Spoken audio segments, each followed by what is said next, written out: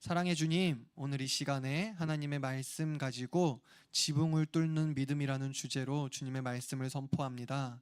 오늘 하나님의 말씀을 들을 때에 하나님의 말씀이 우리 마음판에 새기어져서 이번 한 주도 주님의 말씀으로 승리하며 주님의 말씀으로 견디며 이기어내며 삶에서 실천하며 나아갈 수 있도록 도와주시옵소서. 말씀을 듣는 자와 말씀을 전하는 자 모두에게 하나님의 동일한 은혜를 부어주시어서 이 시간에 하나님의 은혜를 누릴 수 있는 시간 될 수 있도록 인도하여 주시옵소서. 감사드리며 거룩하신 예수님의 이름으로 기도드립니다. 아멘. 여러분 친구들 중에 내가 친구의 이러한 무리한 부탁까지 들어줘 봤다 있어요? 친구의 무리한 부탁을 들어줘 본 적 있어요? 집사님 있으세요? 뭐 한 500만 원 꿔줘 보신 적 있으세요? 아, 돈을 준 적은 있어요? 굉장히 무리한 부탁을 들어주셨네요. 있어요? 예빈 학생 있어요? 딱히 생각은 안 나요? 모닝콜이요? 전혀 무리하지 않는데. 아, 나도 일어나기 벅찬데 그건 맞아요. 맞아요. 전사님은 중학생 때 어떤 일이 있었냐면요. 전사님 친구가 자전거를, 그 당시에는 당근마켓 이런 게 아니라 중고나라였어요. 뭐 중고나라에서 자전거를 사가지고 가져온 거예요. 근데 자전거가 너무 좋은 거예요. 그래 막 친구가, 가장 친한 친구니까 막 전사님한테 이 자전거를 자랑하는데, 이 친구가 뭐라고 하냐면 아직 집에 부모님이 모른대요, 이 자전거를 산지를. 그래서 전사님 보고 이걸 잠깐 맡고 있어 달래요. 제가 타고 다니라는 거예요. 얼마나 좋아요? 그래 내가 맡아줄게 이러고 이제 신나게 전사님이 이제 그 자전거를 타고 다녔죠. 한 일주일 타고 다녔나? 이제 전사님도 그 자전거를 집에 와서 묶어두려면 전사님 집 앞에다가 묶어둬야 될 거 아니에요, 그죠?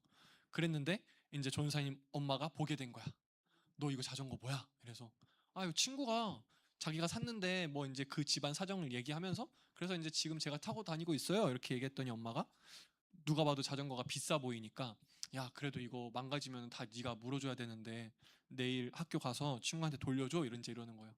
그래서 전사님이 그 다음날에 이제 학교에 가가지고 친구한테 이런 자초지종을 얘기했어요. 야 나도 지금 집에서 이거를 가져오면 안 된다고 한다. 그러니까 이거 너가 가져가라 했더니 이 친구가 그제서야 얘기하는 거야. 사실 이 자전거 훔친 거야. 그래서 그래서 내가 이거 집에 가져갈 수가 없어. 나 엄마한테 들키면 혼나. 그래서 전사님이 그때는 야 이 땡땡땡아 그런 자전거를 나한테 주면 어떡해.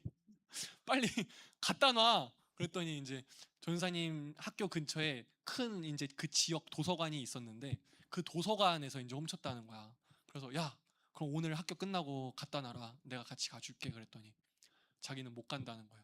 이미 자기는 거기 CCTV에 얼굴이 찍혔을 거라는 거야. 그래서 야 그럼 이거 어떻게 내가 계속 훔친 자전거 갖고 있냐? 그랬더니 저보고 그럼 네가 대신 좀 갖다 놔라 이러는 거야. 야 네가 훔친 자전거를 내가 거기다 어떻게 갖다 놔? 경찰이라도 있으면 어떡해? 그랬는데 결국은 끝내 이제 전사님이 그날 학교 끝나고 이제 갖다 놓으려고, 알겠어 그럼 내가 갖다 놓을게 하고 이제 그날 갖다 놓으려고 하는데, 학교 끝나고 이제 자전거 비밀번호를 풀고 있는데 진짜 웬 덩치 큰 아저씨 두 명이 이거 자전거 학생 거예요? 하는데 누가 봐도 경찰이잖아. 사복을 입은 경찰 두 명이 이거 자전거 학생 거예요? 하는데 전사님도 너무 쫄아가지고, 전사님도 되게 의리가 있는 편인데 그 자리에서 이제 곧바로 다 풀었죠. 아니요 이거 제 거 아니고요. 이 친구가 저한테 준 거고요.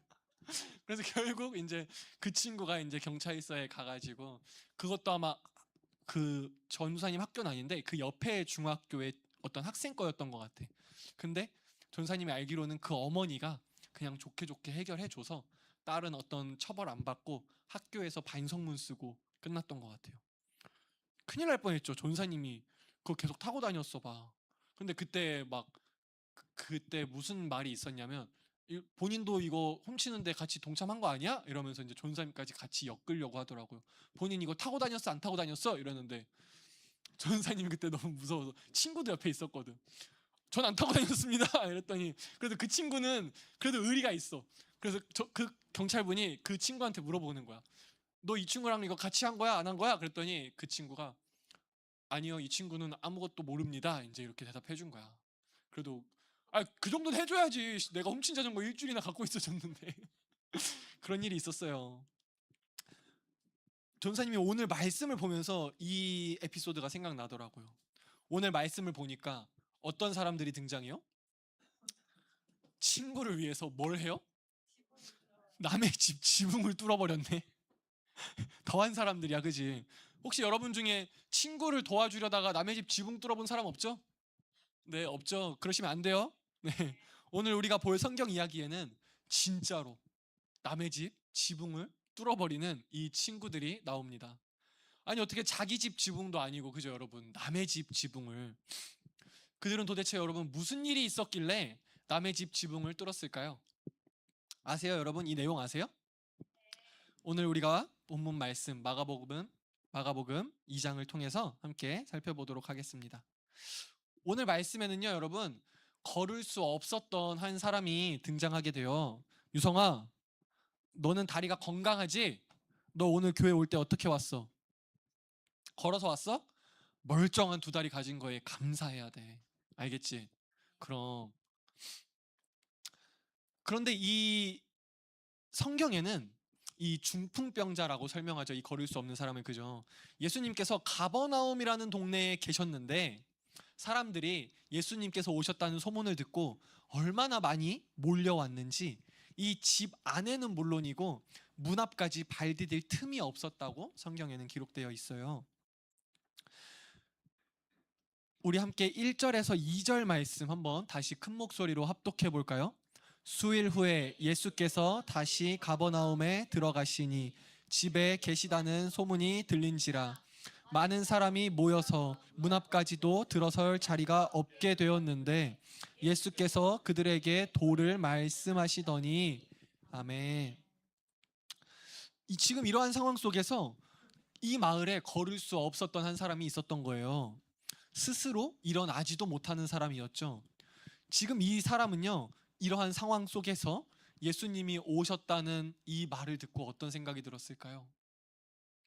아, 나도 저 사람들처럼 걸을 수만 있었다면 예수님 얼굴 한번 보는 건데 걷지를 못하니까 어떡해요? 방에 누워 있겠죠. 소문만 들리겠죠. 이 문 밖으로 막 사람들의 웅성웅성 거리는 소리, 그 예수님이 계신 그 집으로 뛰어가는 그러한 소리들이 들리지 않았을까요?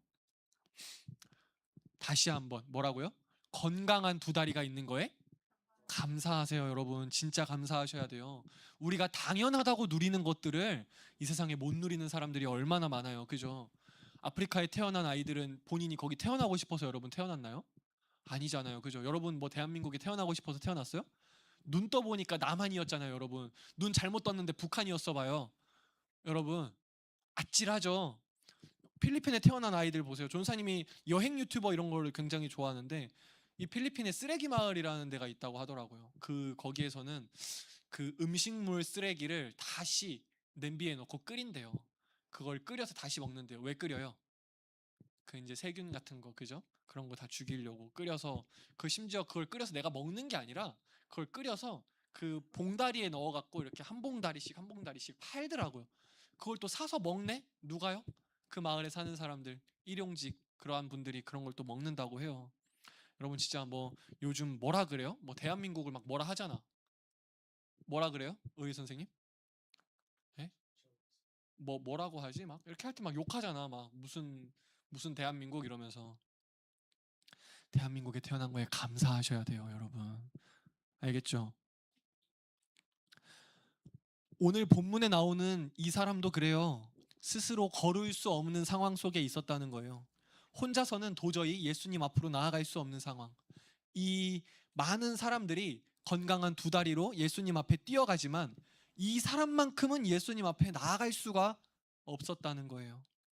그런데 이 사람에게는 어떠한 친구들이 존재하냐면요, 4명의 친구가 있었어. 이 사람한테 몇 명의 친구요? 4명의 친구요.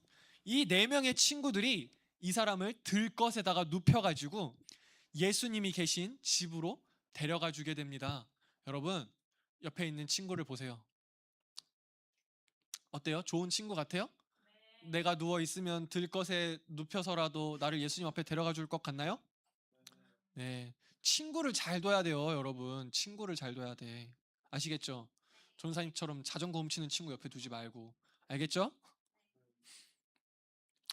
근데 이 내 친구들이 들것에다가 이 중풍병자를 싣고 가보니까 어때요? 예수님 볼 수 있어요, 없어요? 없어요. 그 이미 문 밖에도 사람들이 꽉 차가지고 들어갈 수가 없는 거예요. 문 근처조차도 이 갈 수 없는 상황에 놓였는데 여러분이라면 어떻게 하실래요? 이 상황에? 어떻게 생각할래요? 어떻게 행동할래요? 좋은 아이디어를 내보세요. 아, 비키라고 소리 질러요? 밟혀 죽을 것 같은데. 네가 뭔데 비키라 그래? 나무로 올라타요?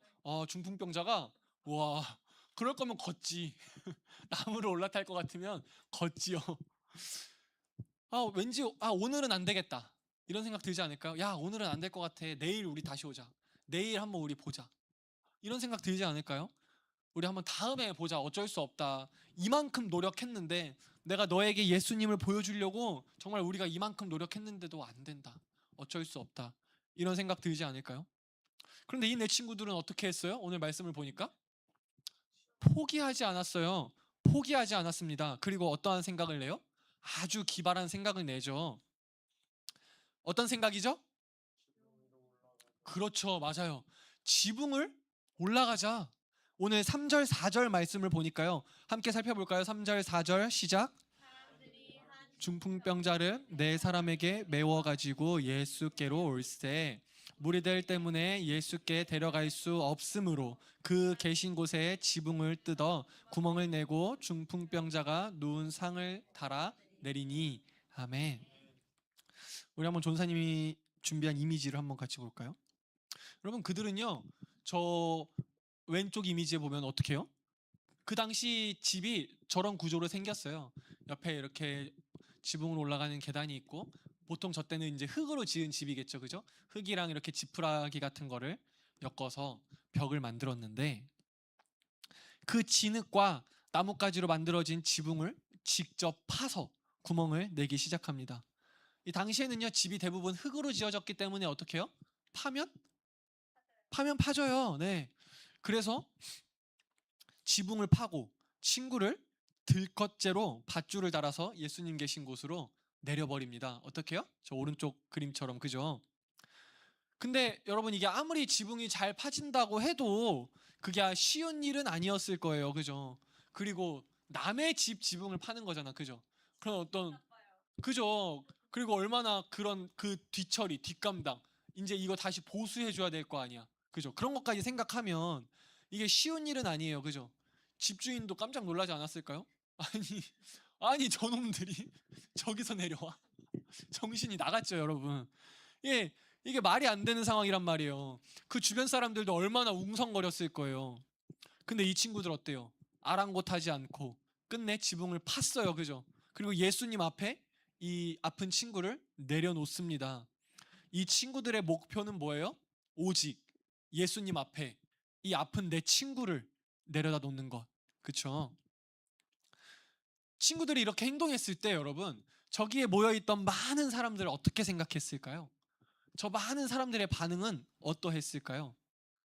좋아했을까요? 우와, 야, 저 사람들 봐봐. 와, 대단하다. 진짜 예수님이 보고 싶은가 봐. 이렇게 생각했을까요? 지금으로 따지면 뭘까요? 우리 놀이공원에 갔는데 우리가 진짜 줄을 한 2시간 쓰고 있어. 근데 저 맨 앞에 중간도 아니야. 저 맨 앞에 바로 들어갈 수 있는 그 앞에서 새치기를 하네. 여러분 참습니까? 뭐야 저 사람 뭐야 이렇게 웅성거리지 않을까요? 뭐 하세요 이렇게 하지 않을까요? 들어가세요. 정말 타고 싶으신가 보다. 제가 양보할게요. 이럴까요, 여러분? 안 그러겠죠. 이 당시 상황도 그런 상황이랑 마찬가지 아니었겠어요? 그런데 예수님만큼은 이 친구들이 한 행동을 보고 반응이 사뭇 달랐다라는 거예요. 오늘 본문 말씀 5절 함께 볼까요? 시작. 예수께서 그들의 믿음을 보시고 중풍병자에게 이르시되 작은 자야 내 죄사함을 받았느니라 하시니 아멘. 여러분 여기서 나오는 말씀 중에 그들의 믿음이라는 말을 놓치지 말아야 돼요. 예수님께서 누구의 믿음이래요? 그들의 믿음, 그의 믿음도 아니고요. 여러분, 이것은요, 걷지 못하는 그 한 사람의 믿음이 아니라 이 네 명의 친구들이 함께 보여준 믿음이라는 거예요. 그렇기에 성경은요, 예수님께서는요, 그의 믿음이 아니라 그들의 믿음이라고 말씀하고 있는 것입니다. 세상은요, 저기에 모여있던 사람들은요, 이 네 친구들의 행동을 어떻게 봤을지는 모르겠지만 적어도 예수님께서는 그 친구들이 지붕을 뜯어내면서까지 보여준 이 행동, 예수님을 만나면 치유된다, 예수님을 만나면 변화된다 하는 그 믿음을 가지고 어떻게든 예수님을 만나게 하려고, 이 아픈 친구를 예수님을 만나게 해주려고 보여준 이 내 친구들과 그 중풍병자의 그 간절함과 그 예수님을 향한 사랑을 예수님께서는 오늘 믿음이라고 인정해 주셨다는 겁니다. 그리고 예수님께서는 그들의 마음을 아시고 5절 말씀 하반절에 뭐라고 말씀하시죠? 내 죄사함을 받았느니라. 죄사함을 받았다라고 말씀해 주시죠. 여러분, 우리가 이 말씀을 보면서 한 가지 느껴야 할 게 있어요. 그게 뭐냐면, 우리가 하나님께 드리는 기도를 생각하다 보면 우리가 하나님께 무엇을 보통 기도하나요? 나의 육신적 연약함을 보통 우리가 하나님 앞에 기도해요. 그죠? 뭐 내가 집중력이 없어요. 뭐 내가 이 땅을 살아가는데 뭐가 부족해요. 내 건강이 아파요. 내가 시간이 부족해요. 그죠? 우리가 보통 이런 것들을 하나님 앞에 구한단 말이에요. 그런데 우리가 육신적인 것을 위해서 구하는 것들 중에 때로는, 아니요, 정말 자주, 아니요, 거의 대부분이 곧바로 변화되는 것이 없어요. 그죠? 여러분 느끼나요? 심지어는 지금까지도 내가 구한 것 중에 아직도 그거에 대한 변화가 없는 것들도 있단 말이에요. 아픈 게 곧바로 낫지 않아요. 그죠? 기도한다고 집중력이 갑자기 생기지 않아요. 우리가 그러지 않는다는 것을 아마 전사님보다 여러분들이 더 잘 알 거예요. 그런데 오늘 말씀을 보니까요, 예수님은 먼저 뭐라고 말씀하시냐면 내 죄사함을 받았느니라 말씀하신다는 거예요. 여기서 우리가 알 수 있는 게 뭐냐면요, 우리 예수님께서는 우리의 육신적인 치유보다 먼저 무엇을 고쳐주시는 분이세요? 우리의 영혼을 고쳐주시는 분이세요. 근데 우리는 무엇을 구하죠? 우리는 육신적인 아픔을 구하죠. 그런데 예수님께서 오늘 말씀을 보니까 무엇부터 고쳐주세요? 우리의 영혼의 아픔, 우리의 믿음의 부재, 예수님께서는 이것을 먼저 고쳐주신다라는 겁니다. 우리가 이 땅에서 잠깐 살다가 없어질 육신이에요. 여러분 맞나요? 우리가 아는 역사적인 사실만 해도 여러분 뭐 몇천 년 되나요? 그죠? 잘 모르죠. 여러분 잘 아나요? 잘 몰라요. 우리 역사도 잘 몰라요. 뭐 우리가 끽해봐야 아는 역사 뭐 한 1500년, 2000년 될까요? 근데 그 중에서도 우리가 사는 날 얼마나 돼요? 그 역사 중에서도 우리가 사는 날 고작 100년밖에 안 돼요. 그죠? 뭐 100년도 다 살지도 몰라요. 근데 하나님이 그 완성하시는 그 나라는 영원한 나라라고 하잖아요. 그 영원한 나라에 비하면 우리 정말 이 땅에서 고작 그 잠깐 살아가는 순간인데, 우리가 그 순간에 가지고 있는 것이 뭐예요? 그 순간에 가지고 있는 것이, 영유나, 그게 바로 우리의 육체란 말이에요. 그죠? 우리의 육체는 우리가 이 땅에서 얼마 동안 안 가지고 있을 몸이에요. 이 몸이 아픈 거는 잠깐이란 말이야. 그죠? 그런데 우리의 영혼이 달린 문제, 우리의 믿음이 달린 문제, 우리의 마음이 달린 문제, 이것을 예수님께서 더 중요하다는 것을 아시죠? 그렇기 때문에 그것을 먼저 어루어 만져주시고 그것을 먼저 치유하여 주신다는 거예요. 우리가 주님, 내가 지금 다리가 너무 아파요. 이 다리 안 아프게 해주세요 했을 때 내 다리가 곧장 낫지 않는다고 해서 예수님 왜 내 기도 안 들어주시지?가 아니라, 예수님은 지금 무엇을 치료하고 계세요? 내 마음의 문제, 내 영혼의 문제, 내 믿음의 문제를 치유하고 계신다는 사실입니다. 여러분 뭐 다리가 아파요. 팔이 부러졌어요. 그거 뭐 평생 가나요? 물론 뭐 평생 가는 아픔도 있죠. 그죠? 근데 그 평생이라는 게 이 땅을 살아갈 동안만을 표현하는 거잖아. 그죠? 그런데 우리가 이 마음의 병이라는 거 되게 오래 가는 거 여러분 알죠? 뭐 다리 잠깐 부러지면 그거 뭐 한두 달 가는데, 여러분 이 마음의 병이라는 거는 되게 오래 우리 가운데 남는단 말이야. 전사님이 6월 달에 장례를 가족 장례를 2번 치렀어요. 친할머니도 돌아가셨고 외할머니도 같이 소천하셨는데, 이제 가족 장례다 보니까 뭐 고모들도 만날 거고, 친할머니 장례에는, 외할머니 장례에는 이모들도 만날 거잖아요. 그죠? 이 고모들하고 이제 이모들하고 이렇게 서로 얘기를 하다 보니까 막 이런 얘기들 하더라고. 고모하고 이모한테는 어머니일 거 아니야. 그죠? 엄마한테 받은 고마움에 대해서도 얘기하지만, 어떤 어렸을 때 그런 엄마한테 받은 서운함, 상처, 이런 것들을 얘기하더라고요. 그 당시에 잘 먹고 잘 산 사람들이 얼마나 많겠어요. 대한민국에 다 적죠. 다 힘들게 살았죠. 다 한평 집에 다 이렇게 낑겨 살았죠. 그러니까 그랬을 때 이제 엄마가 돌봐주지 못했던 엄마의 사랑의 부재라던가 이런 것들을 이제 얘기하더라고. 40년, 50년이 지났는데 그게 이제 마음에 남아 있어가지고 그런 서운함을 얘기하더라는 거예요.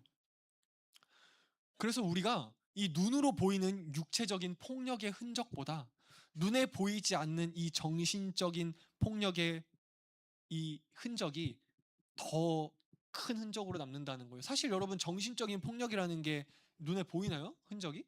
안 보이죠. 육체적 폭력은 눈에 보인단 말이야. 근데 눈에 보이는 흔적은 잠깐이지만, 이 눈에 보이지 않는 이 정신적 폭력이 오히려 더 오래 흔적으로 남는다는 거예요.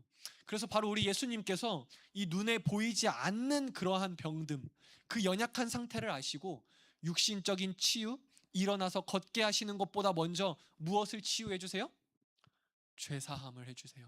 마음의 병듦, 믿음의 병듦을 치유해 주시는 은혜를 주셨다는 것입니다. 그런데 사람들은요, 여러분, 이것을 보고 못마땅해 해요. 거기 있던 서기관들이 속으로 무슨 생각을 해요? 이런 생각을 하잖아요. 야, 이 사람이 뭔데 감히 지가 죄를 사한대? 죄사함은 누구에게만 있어요? 하나님에게만 있는데, 아니 하나님만이 하실 수 있는 일인데 지가 뭔데 죄사함을 한대? 이런 생각을 하면서 못마땅해 했다는 거예요. 6절에서 7절 말씀 보니까요, 어떤 서기관들이 거기 앉아서 마음에 생각하기를, 이 사람이 어찌 이렇게 말하는가? 신성 모독이로다. 오직 하나님 한 분 외에는 누가 능히 죄를 사하겠느냐 말씀하십니다. 말씀하십니다가 아니라 말하죠, 서기관들이. 그런데 여러분, 더 놀라운 것은 뭐냐면요, 예수님께서 이 서기관들이 마음에 생각하는 것을 아셨다라는 거예요. 여러분, 이 부분이 되게 우리가 그냥 지나갈 부분 같지만 이 부분 집중해서 잘 봐야 돼요. 어떻게 사람이 사람의 속생각을 알 수 있을까요, 여러분? 그죠? 그게 어떻게 알아요? 지금 예빈이 전사님 무슨 생각하고 있는지 알고 있어요? 모르죠. 전사님도 잘 몰라요? 전사님 지금 무슨 생각하는지. 나도 나를 모르는데 누가 어떻게 그 속마음을 알겠어요. 그런데 오늘 성경은요, 이 부분을 왜 굳이 언급하냐면요, 간접적으로나마 예수님은 특별한 사람이다. 그죠? 예수님은 일반 사람이 아니다. 그러니까 뭐라는 거예요? 예수님은 즉 하나님이다. 하나님이 하실 수 있는 거, 사람의 마음까지 다 아는 거, 그거 하나님이 하시는 일인데 예수님은 하나님이다라는 것을 지금 드러내고 있는 말씀이라는 거예요. 그리고 예수님께서는 그들에게 말씀하세요. 8절에서 9절 말씀에 그들이 속으로 이렇게 생각하는 줄을 예수께서 곧 중심에 아시고 이르시되 어찌하여 이것을 마음에 생각하느냐? 중풍병자에게 내 죄사함을 받았느니라 하는 말과 일어나 내 상을 가지고 걸어가라 하는 말 중에서 어느 것이 쉽겠느냐 말씀하십니다. 여러분, 뭐가 더 쉬울까요? 내 죄사함을 받았느니라 말하는 것과 일어나 네 상을 가지고 걸어가라 말하는 것 중에 뭐가 더 쉬울까요? 걸어가는 게 더 쉬울까요? 뭐가 더 쉬울까요? 보세요, 여러분. 내 죄사함을 받았느니라 말하면 이 사람이 죄사함이 받아져야 돼요. 그죠? 그리고 두 번째, 일어나 걸어라 말하면 이 사람이 실제 이 앞에서 일어나 걸어야 돼요. 근데 일어나 걷는 건 어때요? 사람들 앞에 보여지는 거죠. 내 죄사함을 받았느니라 하는 건 어때요? 눈에 안 보여져요. 그죠? 그러니까 그건 나도 말할 수 있는 거야. 김우일, 오늘부터 네 죄사함을 받았느니라 내가 말하면 어때요? 여러분, 알 수 있어요, 없어요? 몰라요. 진짜 죄사함 받았나? 죄사함 할 수 있나 우리 전도사님이? 이렇게 생각이 든단 말이야. 근데 김우일, 너 오늘부터 아픈 병이 다 났을 거야 했는데 아픈 병이 안 났으면 어떡해요? 그러면 들통나잖아. 앞에 거는 들통이 나요, 안 나요? 안 나요. 뒤에 건 들통이 나요, 안 나요? 들통이 나요. 그죠? 그러니까 이 죄사함을 받는다고 말하는 게 더 쉬운 거예요. 일어나 걸어라 라는 말은 실제 이 사람이 일어나 걸어야 되니까 진짜 그러한 어떤 능력이 펼쳐져야 된단 말이야. 기적이 일어나야 된단 말이야. 그러니까 예수님께서 말씀하시는 거죠. 무엇이 더 쉽겠느냐. 그러니까 당연히 눈에 보이는 기적이 보여주기가 더 어렵겠죠.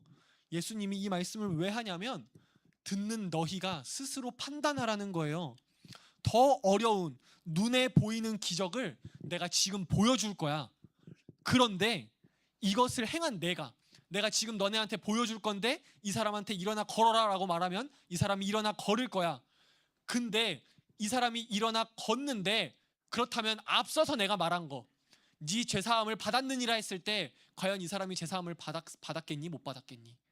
지금 이거를 듣는 너희 스스로 판단하라는 거예요. 무슨 말씀인지 이해가 됐어요? 10절부터 12절까지 예수님께서 말씀하십니다. 전사님이 받들어서 봉독합니다. 그러나 인자가 땅에서 죄를 사하는 권세가 있는 줄을 너희로 알게 하려 하노라 하시고 중풍병자에게 말씀하시되 내가 내게 이르노니 일어나 내 상을 가지고 집으로 가라 하시니 그가 곧 일어나 상을 가지고 모든 사람 앞에서 나가거늘 그들이 다 놀라 하나님께 영광을 돌리며 이르되 우리가 이런 일을 도무지 보지 못하였다 하더라. 아멘. 어때요? 예수님께서 말씀하시니까 모든 사람이 보는 앞에서 벌떡 일어나서 자기 들 것을 들고 걸어서 나갑니다. 사람들이 보더니 이것에 대해서 어떻게 반응해요? 다 놀라서 하나님께 영광을 돌리더라는 거예요. 우리는 오늘 말씀을 통해서 총 몇 가지를 배웠냐면 3가지를 배웠어요. 첫 번째, 나는 어떤 친구가 되어야 할까요, 여러분? 만약에 이 중풍병자에게 이 4명의 친구가 없었다면 이 중풍병자는 예수님을 경험할 수 있었을까요? 이 중풍병자는 이러한 나음을 받을 수 있었을까요? 우리가 정말 내가 친구를 예수님 앞으로 데려가는 예수님 앞에 너희 정말 믿음이 있다. 어떻게 이렇게 서로가 서로를 위하고 서로가 서로의 부족한 점을 보완하고 이렇게 내 앞에 나올 수 있니? 칭찬받는 여러분 학교에 가든지 또 학원에 가든지 교회에서든지 여러분 그러한 친구 되기를 소망합니다. 두 번째는 여러분 진짜 사랑은요 방해물 앞에서 포기하지 않는다라는 거예요. 이 4명의 친구가 이 아픈 친구를 얼마나 사랑했으면 여러분 가보니까 사람이 너무나 많아요. 들어갈 수가 없어요. 근데 포기했어요? 포기하지 않았어요? 포기하지 않았더라는 거예요. 길이 막혀 있고 문이 막혀 있고 이러한 상황 속에서 이 친구들이 포기했더라면 그 사람은 예수님을 만나지 못했을 거라는 거죠. 저와 여러분도 인생의 문이 막혀 있을 때에 포기하고 싶은 순간이 들 때마다 예수님을 찾기를 바래요. 아멘. 예수님 찾는 것을 여러분 포기하지 않기를 바랍니다. 우리의 믿음이 바로 이 지붕이라도 뚫는 믿음을 가지는 저와 여러분 되시기를 간절히 소망합니다. 마지막으로 3번째, 예수님은요 몸보다 마음을 먼저 고치시는 분이시라는 걸 우리가 알았어요. 그죠? 이 아픈 사람이 간절히 원했던 것은 여러분 아마 걷는 것이었을 거예요. 이 사람이 과연 그 당시에 내가 죄사함 받으러 가야지 하고 갔을까요? 아니죠. 이 아픈 것 좀 나았으면 좋겠다 하고 예수님을 찾아갔을 거란 말이에요. 그런데 예수님께서 뭐라고 말씀하시죠? 죄사함을 받았다라고 말씀하시니 이 중풍병자가 과연 거기서 아멘 했을까요? 실망했을 것 같아요. 전사님이었으면 실망했을 것 같아요. 하지만 우리가 이 우선순위로 두는 우리의 필요와 또 예수님께서 우선순위로 두는 우리의 필요가 달랐더라는 것을 우리가 알아야만 한다는 거예요. 하나님께서는 항상 우리에게 필요한 것을 주시는데 더 필요한 것을 주세요.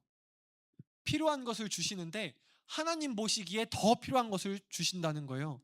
그렇기 때문에 우리가 항상 기도 제목으로 두고 있어야 할 것은 잘 기억하세요. 항상 이 기도 제목은 우리가 언제나 기도할 때 시작할 때든지 마칠 때든지 이 기도를 항상 넣어야 돼요.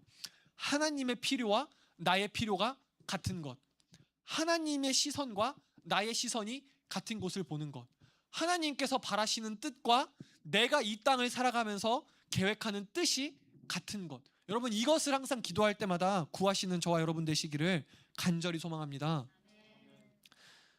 나는, 여러분은 나를 위해서 그리고 더 나아가서 친구를 위해서 지붕도 뚫을 수 있는 믿음을 가진 사람들이십니까? 지붕도 뚫을 수 있는 믿음을 가진 사람들이십니까? 네. 우리 정말 그러한 친구가 저와 여러분 다 되시기를 예수님의 이름으로 간절히 기도드립니다. 아멘.